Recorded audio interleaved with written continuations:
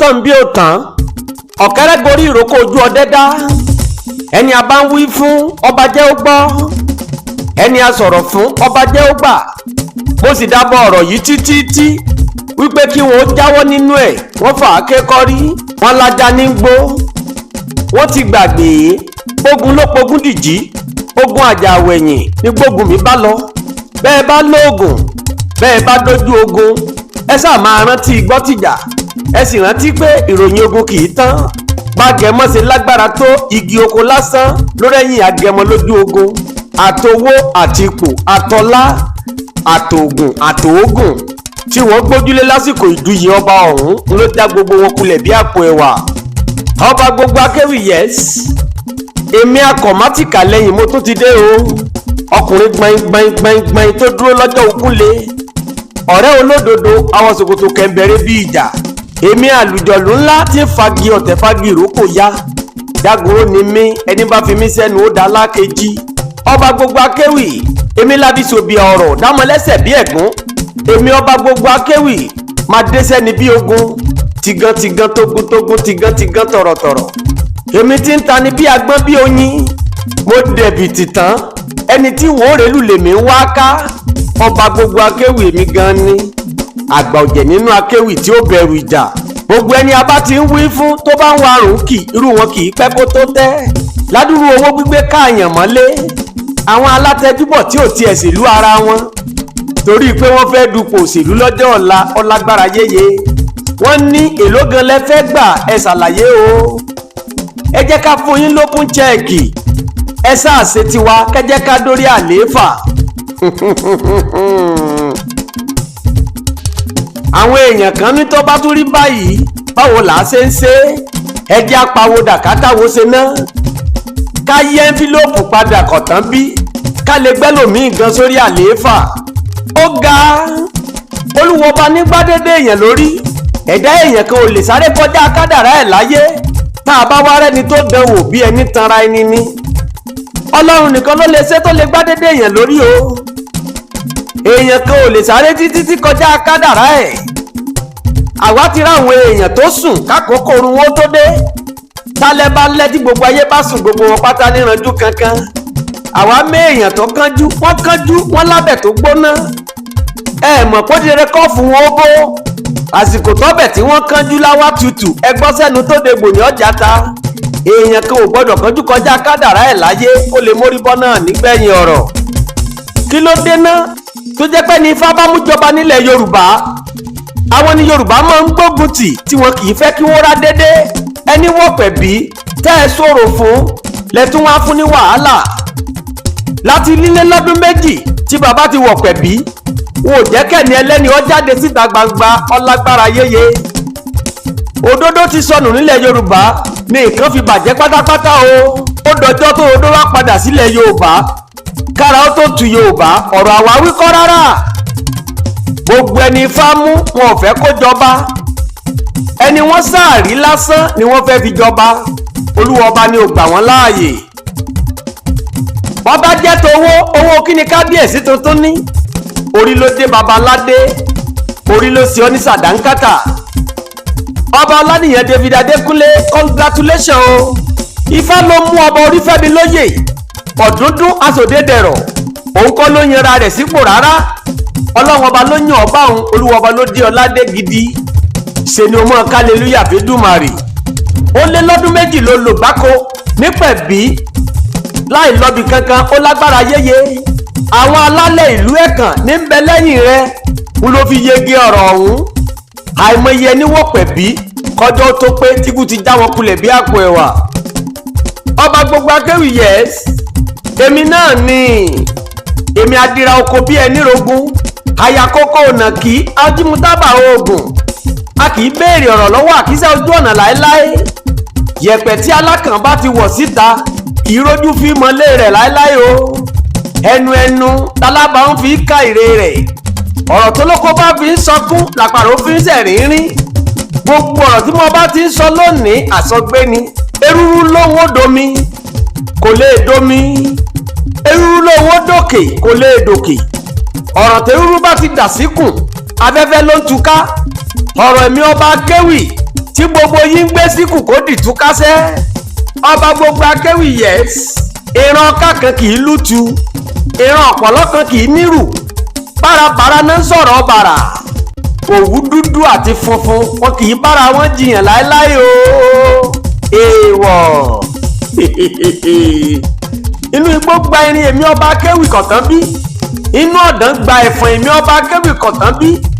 Ẹnìkan kì í ròyìn ibi tí wọ́n bá pa Ṣàngó sí, àfi tá a bá máa ròyìn ibi tí Ṣàngó bá pààyàn sí kí wọ́n má ṣe ròyìn ibi tí wọ́n bá pa mí sí. Ó dá mi lójú o. Èmi ọba gbogbo akéwì kí wọ́n má ṣe ròyìn ibi tí wọ́n gbé mi lọ sí o. Wọn ò gbọ́dọ̀ rí mi gbé, wọn ò gbọ́dọ̀ jí mi gbé, wọn ò gbọ́dọ̀ gbé mi agungun lálá agungun tẹ̀tẹ̀. Ọba gbogbo akéwì yes, kábíyèsí ẹ kú oríire. Ọba Olaniyan David lóríire ayọ̀ tó wọlé dé wẹ́rẹ́. Tarúgbó tomidan ẹ jẹ́ ká jọ gbọ́ba Adékúnlé lárugẹ. Borí pẹ́ nílẹ̀ yọ padà dídé lọ́rọ̀ ọ̀hún. Èèyàn tó níbẹ̀rù ọba òkè lọ́ba David Ẹlẹ́kàn-Ọ̀fẹ̀kàn ní Kwara State kọ̀tán bí bàbá ti ń gbádùn púpọ̀. Ẹ jẹ́ kí bàbá ó jẹ gbádùn yọ̀tọ̀ mi. Ọba Olaniyan David Adékúnlé akíkanjú ọba ní. Ọ̀gá pátápátá lọ jẹ́ nínú iṣẹ́ wọ́dà kó o tó fẹ̀yìntì. Ìwọ gan ló yẹ ká máa pè látọ́ba tẹ́lẹ̀ kó tó dádé. Ọba lọba ń jẹ́ kọ́ orí adé ńlá láàrin àwọn ọba aládé gbogbo ni. Ọba Olaniyan David Adékúnlé kádé ó pẹ́ lórí o, kí bàtà ó pẹ́ lẹ́sẹ̀.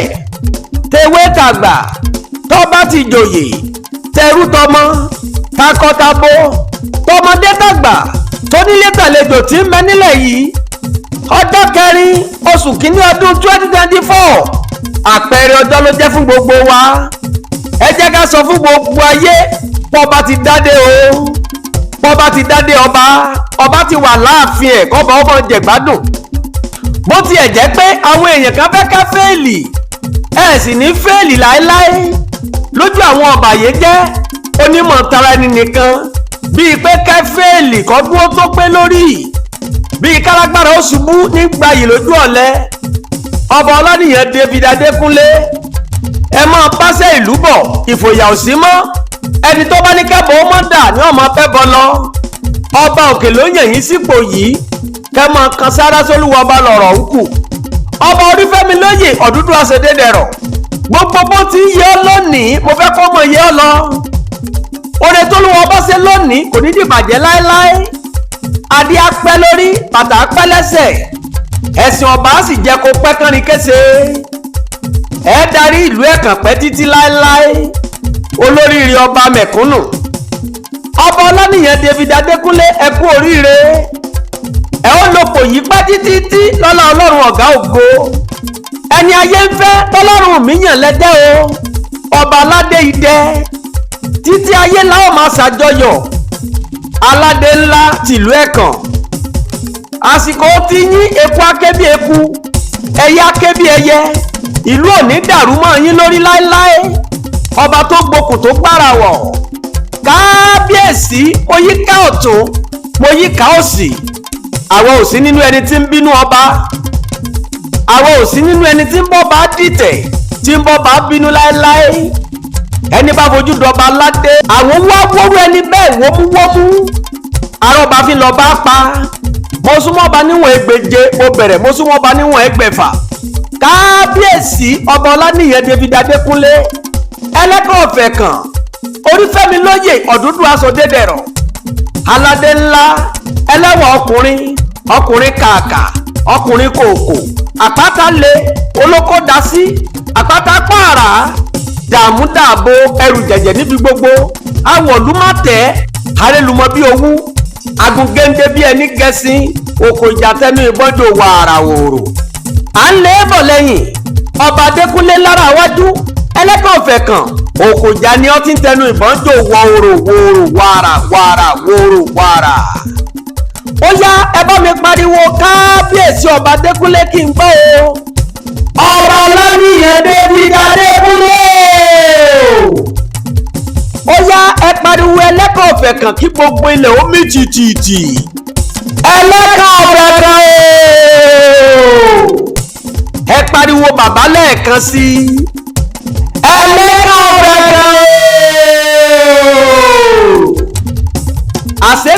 ẹbí rèé mo kí yín ẹ kú oríire ikú òjijì ò ní pa yín lọ́lá olúwa ọba ẹ ò ní ṣọ̀fọ̀ èyí tẹ́ ẹ fẹ́ mọ̀tàn ọba lẹ́kàn ọ̀fẹ́ kan ẹ jẹ́ kí n wú gbogbo ẹ̀ légbò His Royal Highness Ọba Olaniyan David Adekunle ni mò ń wí ẹlẹ́kàn ọ̀fẹ́ kan náà Orifemiloye Odundun Asodedero of Egbedi-Orun Mojoru House ọjọ́ 15 oṣù karùn-ún ọdún 1960 ni bàbá wáyé o sí ẹbí late Fáfámìwò Olaniyan àti late yèyé Ọmọbóyè Olaniyan lágbo ilé Onífọ̀n nígboro Ẹ̀kàn níjọba ìbílẹ̀ Òkè Ẹ̀rọ fún gbogbo ẹni tí ò bá mọ̀ St. Anthony Catholic Primary School Ẹdẹ ló ti lọ lé ìwé àkọ́kọ́ ìyẹn lọ́dún 1970 Amadiya Primary School Ẹlẹ́yẹlé Ìbàdàn ló ti padà jáde lọ́dún 1977 Ìjànmọ́dù Grammar School Ìjẹ̀ Èkìtì nípínlẹ̀ Èkìtì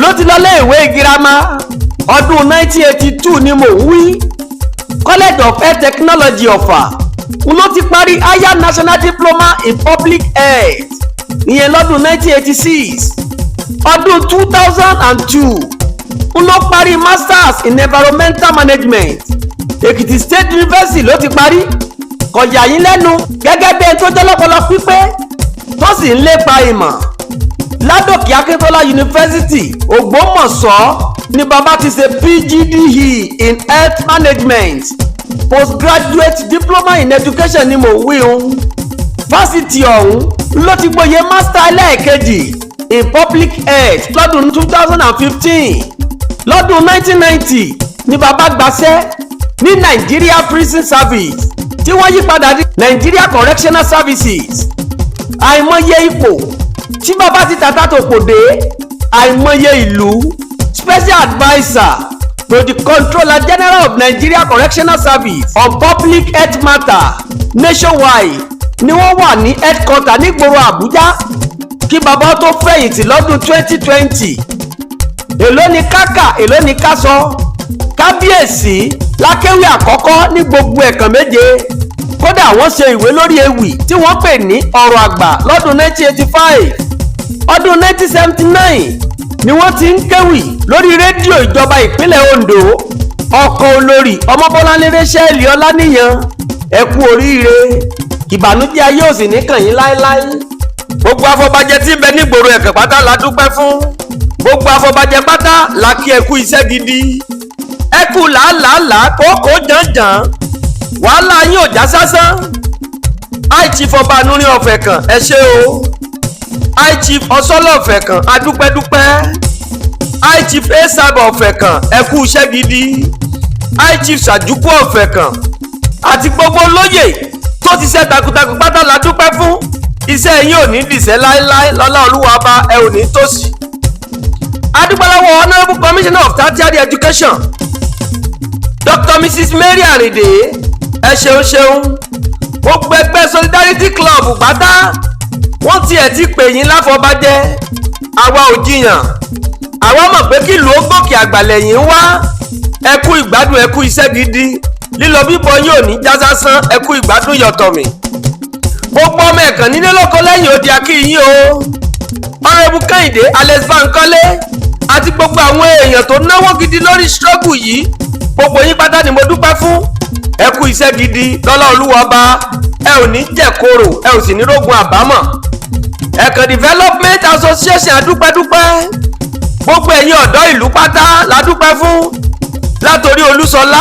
olórí ọ̀dọ́ ni mò ń wí àti gbogbo ọ̀dọ́ tó jà fitafita ẹ ṣeun adúpẹ́ lọ́wọ́ gbogbo obìnrin ìlú gbogbo ẹ̀yin omidan àtẹ̀yìn adélébọ̀ pátá la dúpẹ́ fún o ẹ ṣeun adúpẹ́ lọ́wọ́ àwọn àgbò àwọn obìnrin ìlú ni mò ń wí o adúpẹ́ lọ́wọ́ gbogbo bíbí Ẹ̀kàn pátápátá nílé lóko lẹ́yìn odi gbogbo ọmọ bàjẹ́ alumni pátá ẹ ṣé gidi lọ́lá olúwa bá ẹ ò ní ṣọ̀fọ̀ adúpẹ́ lọ́wọ́ gómìnà Kwara State His Excellency Abdulrahman Abdulrasaq ẹ ṣé o àti gbogbo ẹ̀yin tí ń bẹ nígbọ̀nù ètò ìjọba pátápátá lákì akí Commissioner for Local Government and Chieftaincy Affairs gbogbo yín pátá lákì akí ẹ̀sẹ̀ lọ́lọ́kan òjọ̀kan akí alága ìjọba ìbílẹ̀ Òkè Ẹ̀rọ gbogbo yín pátá la dúpẹ́ fún ẹ ṣé o iṣẹ́ yín ò ní dìṣẹ́ láéláé lọ́lá olúwa ọba ẹ ò ní ṣọ̀fọ̀ gbogbo akéwì yes èmi ọkùnrin jigan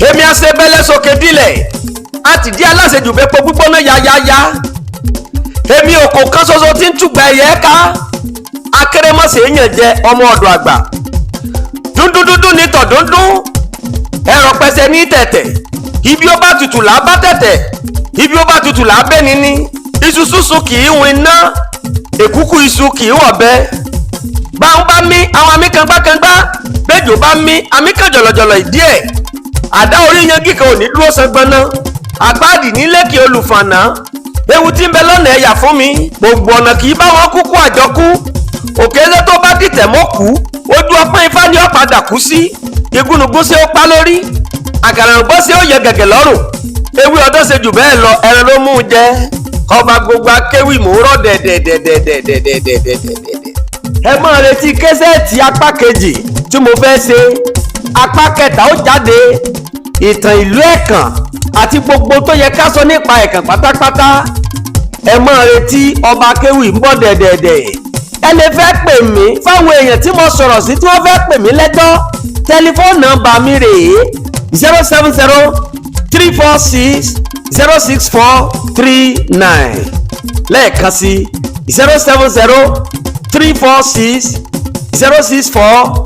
070-346-06439.